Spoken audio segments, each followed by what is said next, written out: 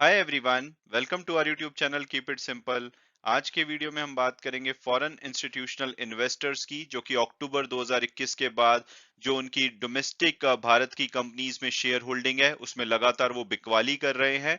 और ये एक प्रमुख वजह है जिसकी वजह से जो हमारा निफ्टी 50 है उसने 18,600 के ऊपर का लेवल क्रॉस किया था अक्टूबर 2021 में, लेकिन आज की डेट में वो लगभग वहां से 12% नीचे ऑपरेट कर रहा है। और अभी एक लेटेस्ट न्यूज आई है, लेटेस्ट एनालिसिस आया है जिससे ये पता लगा है कि मार्च 2019 के बाद जो फॉरेन इंस्टीट्यूशनल इन्वेस्टर है उनकी होल्डिंग भारत की कंपनीज में सबसे कम हो गई है।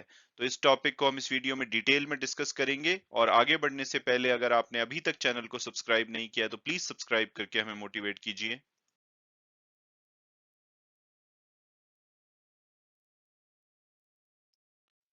और अब अगर बात की जाए पिछले वीक की, तो पिछला वीक काफी इंटरेस्टिंग था और उसकी वजह से भी जो फॉरेन इन्वेस्टर्स की जो बिकवाली है उसमें वृद्धि आई है।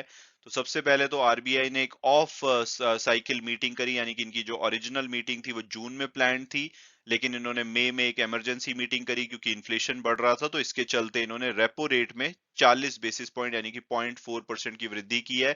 रेपो रेट मतलब कि जिसपे बैंक जो आरबीआई है बैंकों को एक शॉर्ट टर्म लोन देता है।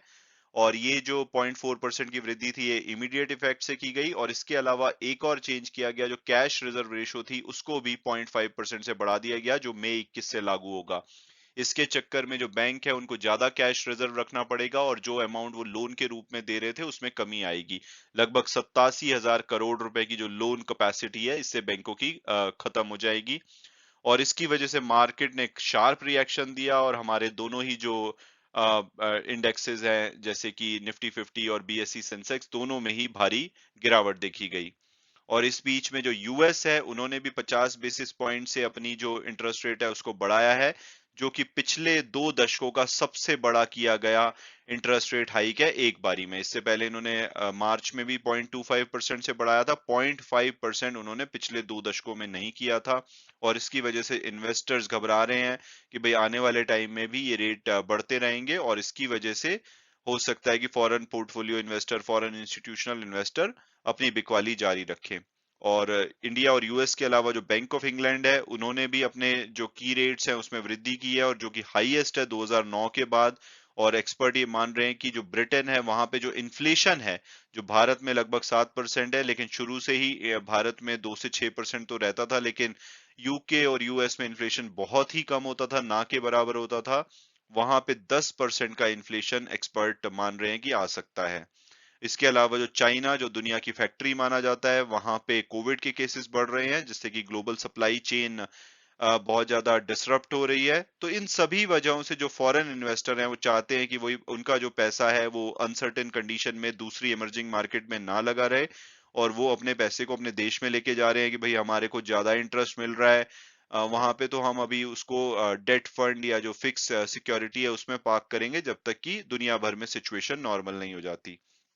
तो सिर्फ इंडिया का ही ऐसा हाल नहीं है, इमर्जिंग मार्केट की बात करें, ताइवान, साउथ कोरिया, फिलीपींस, यहाँ सभी जगह पे जो फॉरेन इंस्टीट्यूशनल इन्वेस्टर्स हैं वो अपने पैसे को निकाल रहे हैं।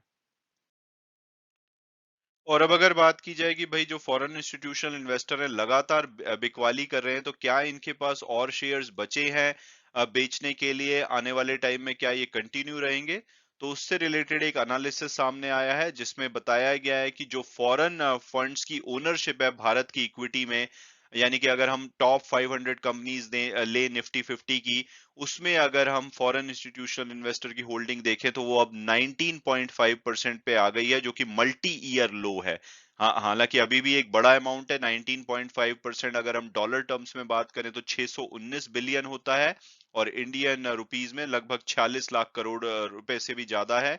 तो अगर हमने पिछले साल में 2,72,000 करोड़ की बिकवाली देखी है, तो उसके मुकाबले में अभी बहुत सारी इनकी इन्वेस्टमेंट बची हुई है। तो फर्दर भी ये बिकवाली जारी रह सकती है। और अगर ये 619 बिलियन में अगर इनकी ओनरशिप का एलोकेशन देखा जाए तो सबसे ज्यादा एनर्जी स्टॉक्स में है 16.2%, उसके बाद आईटी में इनकी 14.8% की ओनरशिप है, और कम्युनिकेशन सर्विसेज में लगभग 4% की। हालांकि ओवरऑल अगर हम डोमेस्टिक जो 500 कंपनीज है टॉप, उसका एलोकेशन देखें तो सबसे ज्यादा जो एलोकेशन है वो फाइनेंशियल्स यानी कि बैंक्स और एनबीएफसी में 31.4%। इसके बाद जो डिस्क्रिशनरी जो सेक्टर है उसमें 9% की होल्डिंग है ओवरऑल बेसिस पे।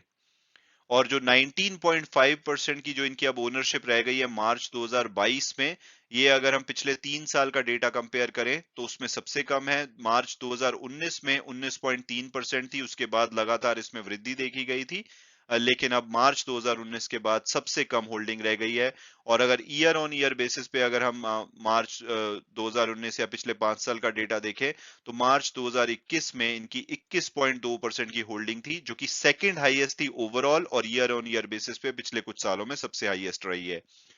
और अगर सबसे बुरी इनकी जो होल्डिंग रही है अभी पिछले अगर 5 साल की बात की जाए तो दिसंबर 2017 में 18.6% थी। और जो पीक रहा है यानी कि बेस्ट जो इनकी होल्डिंग रही है वो दिसंबर 2021 में 21.4% थी। और इसके अलावा जो बहुत सारा जो फॉरेन इन्वेस्टर के द्वारा शेयर्स बेचे गए हैं उसमें उसकी वजह से जो हमारी मार्केट है बहुत बुरी तरह गिर सकती थी, इवन 14,000 13,000 12,000 के लेवल पे भी पहुंच सकती थी।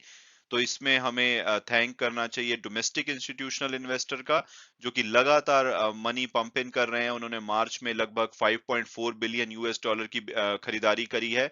और ओवरऑल अगर 2022 में देखें तो 29 बिलियन की खरीदारी करी है। तो बहुत हद तक इन्होंने मार्केट को गिरने से बचाया है।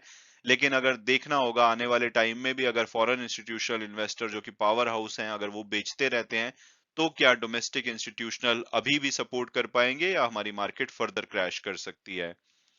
इसके अलावा अगर ओवरऑल इंडिया की स्टोरी देखी जाए तो अभी भी जो इमर्जिंग मार्केट फंड है दुनिया भर के उसकी अगर एलोकेशन देखा जाए तो उनका एलोकेशन इंडिया में बढ़ा है। ये वो फंड है जो कि दुनिया की जो इमर्जिंग इकोनॉमी है जैसे कि China, Taiwan, South Korea, India, इन सब में इन्वेस्ट करते हैं। तो 2021 जनवरी में जहां पे 13.13% का जो एलोकेशन भारत में आता था वो बढ़कर के मार्च 2022 में 19% हो गया है। और इसी बीच में जो चाइना जो कि फेवरेट होता था इमर्जिंग मार्केट फंड्स का, उसमें 42.2% का एलोकेशन आता था जनवरी 2021 में, जो कि घट करके अब 34.6% रह गया। तो ओवरऑल इतने ज्यादा प्रेशर के बाद भी इंडियन जो मार्केट है वो काफी अच्छी है, लेकिन ओवरऑल जो सिचुएशन है अभी दुनिया भर में वो काफी खराब है। इसकी वजह से फॉरेन इंस्टीट्यूशनल इन्वेस्टर यहाँ से अपना सामान बेच रहे हैं। लेकिन आने वाले टाइम में अगर सिचुएशन इंप्रूव होती है तो इंडिया के लिए ये अच्छी न्यूज हो सकती है, क्योंकि इंडिया अभी भी जो इमर्जिंग मार्केट्स हैं उसमें बहुत बड़ी बहुत अच्छा वैल्यूएशन रखता है। हालांकि इनका जो एमएससी इंडिया जो मॉर्गन स्टैनले एक इंडेक्स में मैनेज करता है उसके हिसाब से जो इनका प्रीमियम है 38% है दूसरी इमर्जिंग मार्केट्स के मुकाबले में, और दुनिया के मुकाबले में 10% है। लेकिन ये जो प्रीमियम है जस्टिफाई करता है लॉन्ग टर्म में, क्योंकि आज की डेट में इंडिया काफी ज्यादा वेल प्लेस्ड इमर्जिंग मार्केट है। आने वाले टाइम में अब बहुत अच्छी ग्रोथ यहाँ पे है। अगर बड़ी इकोनॉमी में देखा जाए तो सबसे ज्यादा ग्रोथ अभी भी इंडिया में एक्सपेक्टेड है। तो इन इन वजहों से यहाँ पे प्रीमियम वैल्यूएशन पे भी फॉरेन इंस्टीट्यूशनल इन्वेस्टर आएंगे अगर ग्लोबल सिचुएशन इन्फ्लेशन कंट्रोल में आता है, रशिया यूक्रेन में थोड़ी सी टेंशन रिलीज होती है और कोई फर्दर बुरी डेवलपमेंट नहीं होती, तो ये टाइम इंडिया के लिए बहुत अच्छा होगा। लेकिन अगर यहाँ पे फॉरेन इंस्टीट्यूशनल इन्वेस्टर फर्दर बेचते रहते हैं और डोमेस्टिक इंस्टीट्यूशनल उसको सपोर्ट नहीं कर पाते तो यहाँ पे फर्दर क्रैश आ सकता है। मैं उम्मीद करता हूँ कि आपको ये वीडियो पसंद आया होगा और आपने कुछ नया जाना होगा। Thanks so much for watching the video and God bless you all.